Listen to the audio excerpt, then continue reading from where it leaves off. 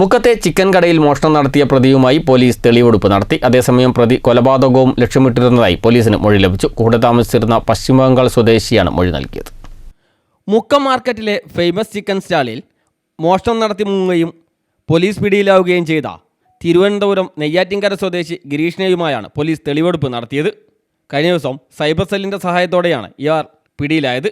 എറണാകുളം കൂത്താട്ടുകുളത്ത് മറ്റൊരു കടയിൽ ജോലിക്ക് കയറാൻ ശ്രമിക്കുന്നതിനിടെയായിരുന്നു പ്രതി വലയിലായത്. കഴിഞ്ഞ ദിവസം പുലർച്ചെയാണ് ഫേമസ് ചിക്കൻ സ്റ്റാളിൽ മോഷണം നടന്നത്.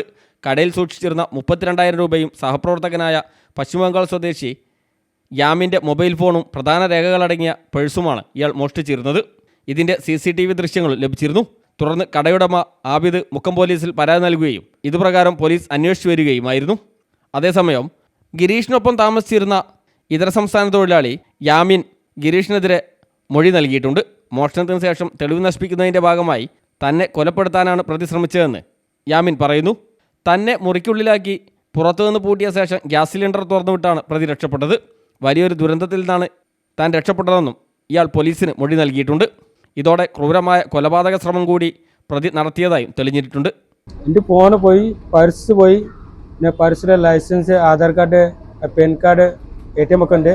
അപ്പോൾ പോകുമ്പോൾ റൂമിലേക്ക് ഗ്യാസ് തുറന്നിട്ട് എനിക്ക് പുറത്ത് പൂട്ടിപ്പോയി.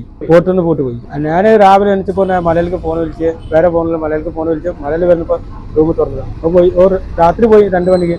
കേസന്വേഷിച്ച Mukkam SI Sreerag, senior civil police officer Biju, CPOമാരായ അനീസ്, തെൽഹത്ത്, ഷിനോജ് എന്നിവരടങ്ങിയ സംഘമാണ് പ്രതിയെ പിടികൂടിയതും തെളിവെടുപ്പിനെത്തിച്ചതും. കോടതിയിൽ ഹാജരാക്കിയ പ്രതിയെ റിമാൻഡ് ചെയ്തു. News bureau, Mukkam.